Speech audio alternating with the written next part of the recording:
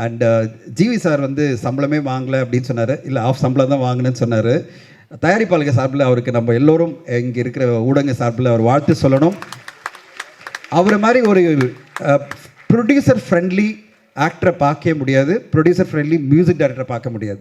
எனக்கு தெரியும் அவர் வந்து ஒரு நிறுவனத்துக்கு பல படங்களுக்கு இன்னும் சம்பளம் வாங்காமே பண்ணிகிட்ருக்காரு. மியூசிக்கு பல படங்களுக்கு மியூசிக்கு நடிக்கும்போது சம்பளமே வாங்கலை. எனக்கு தெரியும் எந்தெந்த நிறுவனத்துக்கெல்லாம் அவர் பண்ணுறாருன்னு. எல்லா நிறுவனத்துக்கும் உங்களை பண்ணுன்னு சொல்ல முடியாது, ஏன்னா உங்களுக்கும் நிறைய டிமாண்ட் இருக்குது, பணம் டிமாண்ட் இருக்கும்.